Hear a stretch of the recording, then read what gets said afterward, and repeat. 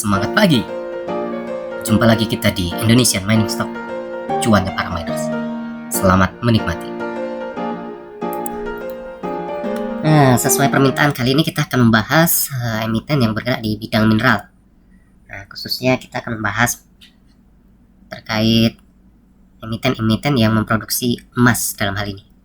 Nah, sebelum masukin topik utama, ini sebagai pengantar, dari data yang ada, sebelumnya sudah disampaikan produksi barang tambang mineral di Indonesia itu cukup variasi atau cukup banyak.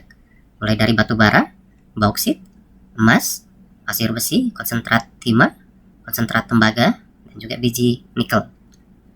Nah, kalau kita melihat dari sini, emas merupakan salah satu komoditi yang cukup menarik untuk kita telisik. Karena ada beberapa emiten yang bergerak di bidang usaha ini. Kalau kita lihat lagi dari sisi historikalnya, untuk produksi emas di Indonesia sendiri itu cukup fluktuatif. Ini ada di layar, di grafik garis, di mana datanya kita ambil dari BPS. Nah, lagi-lagi Indonesian Mining Stock selalu berusaha mengambil data yang cukup valid dari sumber yang terpercaya. Kalau kita lihat dari sini, produksi emas kita di 1996 itu di angka 80.000 kilo. Jadi ini satuannya kilogram. Ini hampir sama produksinya di tahun 2024, 2008, lalu juga di 2011, 12, 13, 14. Terjadi penurunan dibanding tahun yang lainnya. Nah, kalau kita lihat puncak produksi emas itu berada di angka 140.000 kilo ke atas. Itu berada di tahun 2001, 2002, 2003, 2005, 6, dan 2009. Lalu di 3 tahun terakhir, ataupun kita ambil 5 tahun terakhir, dari tahun 2017 itu berada di angka 100.000 ke atas. 2018 132 dan 2019 mengalami penurunan.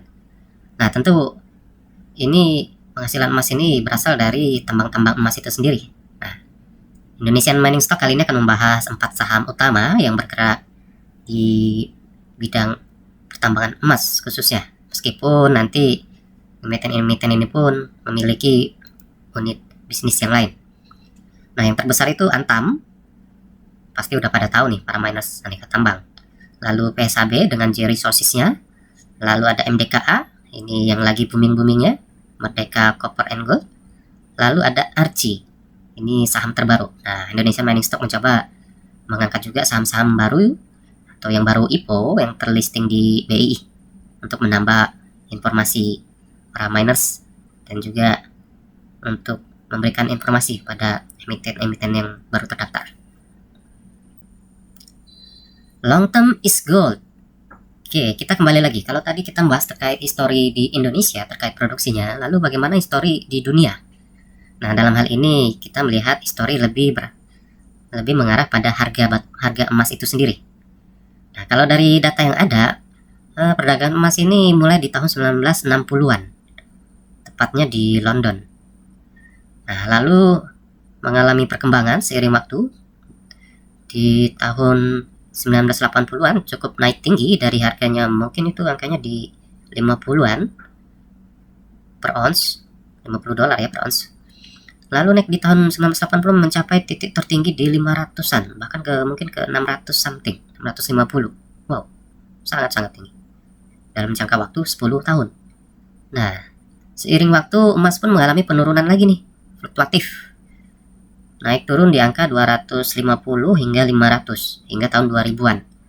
Nah, tepatnya mungkin di tahun 2006 mengalami kenaikan dari harga 500, naiknya cukup fantastis, berkali-kali lipat dari tahun 2005. Dengan harga 500, itu di tahun 2010 itu udah menyentuh mungkin 1.100 dolar per ons. Lalu di 2011-12 itu menyentuh ke 1.750. Nah, lagi-lagi ada jebakan Batman nih. Ini namanya jebakan Batman. Dia kembali turun lagi di angka 1.250 atau bahkan terendahnya di 1.100 di tahun mungkin 2015. Lalu cukup fluktuatif hingga di tahun 2020 mengalami kenaikan lagi nih. Nah, mungkin sempat sampai ke 1.800 nih. Atau bahkan ke 2.000 kalau dari sisi perdagangan. Kali ini angka harian, angka harga yang tertutup pada hari itu ya. Jadi bisa jadi pada hari itu harga emas bisa menyentuh ke angka 2.000 atau paling tinggi, tapi harga penutupannya seperti yang ditampilkan. Nah, kalau kita lihat sekarang itu harga emas berada di kisaran 1.700 60 atau 70 ya, yang sempat mengalami kenaikan dari 1.800 di periode sebelumnya.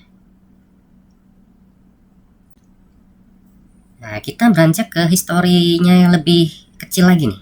Kita ngelihat pergerakan harga emas di 5 tahun terakhir. Kalau dari sini kita lihat dari tahun 2017, ini pergerakan emas satu batang ini mewakili 1 bulan. Jadi kalau kita lihat di 2017, tepatnya yang warna hijau, itu rentang harganya sempat berada di 1150 sampai 1200. Nah, inilah rentang harga di bulan tersebut. Nah, sebenarnya emas ini juga dijual belikan secara trading ya, secara online, dengan syarat juga membuat akun di broker-broker tertentu. Nah, di sini para miners bisa mendalami lebih dalam terkait hal ini. Video kali ini hanya sebagai pengantar atau pengenalan.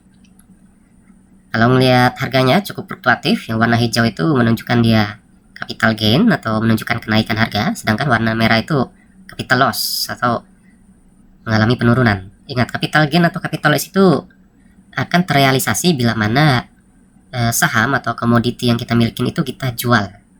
Ingat, kalau kita jual, kalau kita nggak jual itu masih nilai buku. Rugi atau untungnya itu berada di nilai buku, belum terrealisasi. Nah, kalau lihat pergerakannya per bulan di sini ya cukup fluktuatif bagi para trader, khususnya para miners yang udah paham trader di saham ataupun di forex. Nah, di emas pun berlaku nih terkait ini. Nah, meskipun harganya tinggi, 1.700 dolar per ounce, biasanya broker itu ada yang namanya leverage. Nah, untuk leverage ini tidak akan dibahas detail di sini ya. Nah, sesuai tema, kita akan membahas saham-saham yang memiliki kaitannya dengan produksi emas di Indonesia sebagai informasi bagi para miners nih, bagaimana membeli saham-saham emas, seperti apa sih historikalnya, fundamentalnya, analisanya, dan prospeknya ke depan. Setelah kita bahas sebelumnya tadi produksi emas di Indonesia dari tahun 1996, selanjutnya harga emas sendiri dari tahun 1960-an, lalu pergerakan harga emas di 5 tahun terakhir dengan rentang per bulan, lalu bagaimana dengan pergerakan saham-sahamnya ini sendiri. Dari Antam, PSAB atau G Resources, Merdeka Copper Gold dengan kodenya MDKA, dan Archie. Nah, kalau kita lihat di sini, Indonesia Money Stop menampilkan gambaran secara umum pergerakan saham. Nah, kalau kita lihat Antam yang diwakilin warna biru tua dalam hal ini cukup mengalami kenaikan. Lalu ada MDKA biru muda, wah cukup tinggi sekali kenaikannya. Lalu ada Archie ini seperti sampaikan tadi yang merupakan emiten yang baru ya. Kalau kita lihat yang warna magenta atau mirip pink itu mengalami penurunan di bulan Juli sampai September. Akan lebih detail terkait pembahasan ini di video selanjutnya. Telisik emiten saham emas di Indonesia.